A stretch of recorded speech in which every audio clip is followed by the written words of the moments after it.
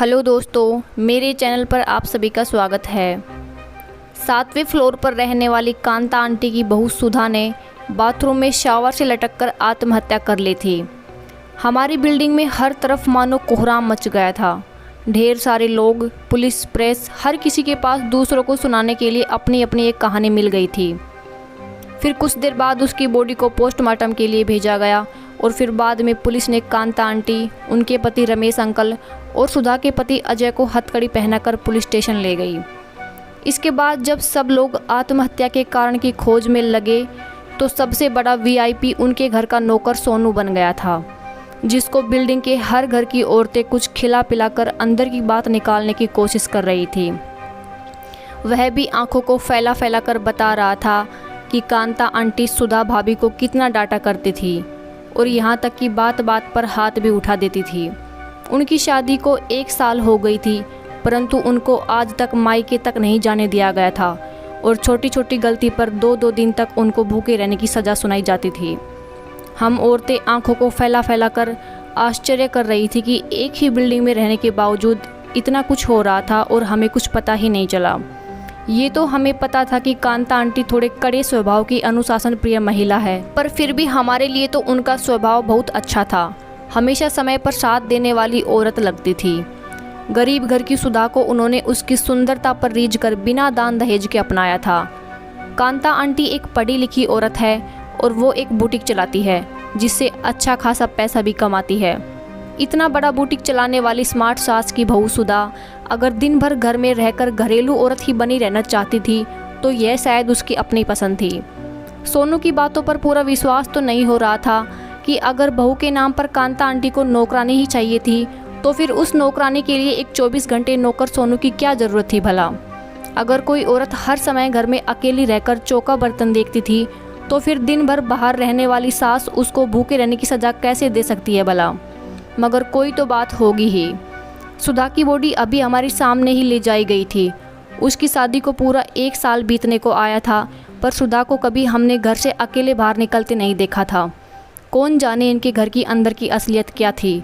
और फिर सोनू झूठ क्यों बोलेगा भला। फिर जो कुछ भी हो, ऐसी सुंदर नाजुक सी बहू को अपनी जान लेने के लिए मजबूर करने से बड़ा पाप दूसरा तो हो ही नहीं सकता। अदालत में हम सभी ने बढ़ चढ़कर कांता आंटी के खिलाफ गवाही दी थी और दिल से दुआ की थी उन लोगों को कड़ी से कड़ी सज़ा मिले ताकि सुधा की आत्मा को शांति मिल सके। रमेश अंकल की भाई ने आकर उनके फ्लैट का सामान खाली कर दिया और जल्दी ही सस्ते दामों में बेच भी दिया। फिर कुछ दिनों के बाद उड़ती उड़ती खबर आई कि काफ़ी दिनों के बाद जब वो लोग जेल से बाहर आए तो उन्होंने ये शहर ही छोड़ दिया और जयपुर शिफ्ट हो गए। फिर उनसे हमारी मुलाकात कभी नहीं हुई और वक्त की धूल पड़ते पड़ते उस घटना की यादें भी धुंधली हो गई। उस घटना के बहुत समय बाद एक दिन मैं अपने एक दूर के रिश्ते की बहन के घर गई थी। हम लोग बातें करते करते उनका पुराना एल्बम देखने लगे। उस एल्बम में मुझे एक ग्रुप फोटो में सुधा भाभी नज़र आ गई। उसे देख मैं चौंक पड़ी। मेरे पूछने पर मेरी बहन ने बताया, अरे ये तो हमारी कॉलेज फ्रेंड सुधा है दीदी, आपके ही शहर में तो इसकी शादी हुई थी, आपने ज़रूर इसके बारे में कुछ सुना होगा। इसने बाथरूम में लटक कर आत्महत्या कर ली थी। फिर मैंने कहा कि हाँ, ये हमारी ही बिल्डिंग में रहती थी। मेरी बहन बोली, हमें लगता था कि इसके साथ कभी भी कुछ भी हो सकता है। कभी कभी कुछ गलतियाँ ऐसी होती हैं कि वो अपनी कीमत लेकर ही रहती हैं। वहाँ एक नामी गुंडे के साथ ये भाग गई थी और फिर पता नहीं क्या हुआ, 3-4 दिन में ही वापस भी आ गई थी। फिर तो इसके मम्मी पापा ने चुपचाप इसको दूसरे शहर में ले जाकर बहुत जल्दी इसकी शादी कर दी। हमने सुना था कि बहुत दिनों तक वो गुंडा इनके घर के चक्कर लगाता रहा था और जान से मारने की धमकी भी देता था। काफ़ी पावरफुल आदमी था वो और पुलिस वालों के साथ भी अच्छी जान पहचान थी उसकी।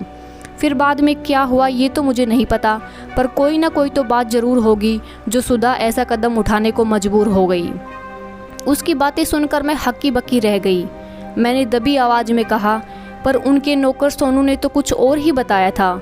तब वो बोली, अच्छा, पर किसी की कही सुनी पर क्या भरोसा करना। हो सकता है नौकर ने वही सुनाया हो जो लोग सुनना चाहते हैं, या उन लोगों से उसकी अपनी कोई दुश्मनी नाराज़गी भी तो हो सकती है। हे भगवान, कांता आंटी से इतने अच्छे संबंध होने के बावजूद ये क्या किया हमने कि बिना कुछ जाने समझे अदालत में पूरे विश्वास के साथ गवाही भी दे आए। पता नहीं हमारी इस नासमझी से उन लोगों की परेशानी कितनी बढ़ गई होगी। उस वक्त मानो उबलता हुआ नीर मेरी आंखों में झलकने लगा था। क्यों नहीं सोचा कि तस्वीर का कोई दूसरा पहलू भी हो सकता है। हम लोग फैसला लेने में इतनी जल्दबाजी क्यों कर देते हैं। हमने बहुत बड़ी गलती की थी जो बिना कुछ जाने उस नौकर की बात पर भरोसा कर लिया। हमेशा जो दिखता है वही सच नहीं होता, इसलिए सोच समझ कर ही फैसला ले। दोस्तों, कहानी अच्छी लगी हो तो प्लीज़ चैनल को सब्सक्राइब कर दीजिए और वीडियो को शेयर कीजिए। धन्यवाद।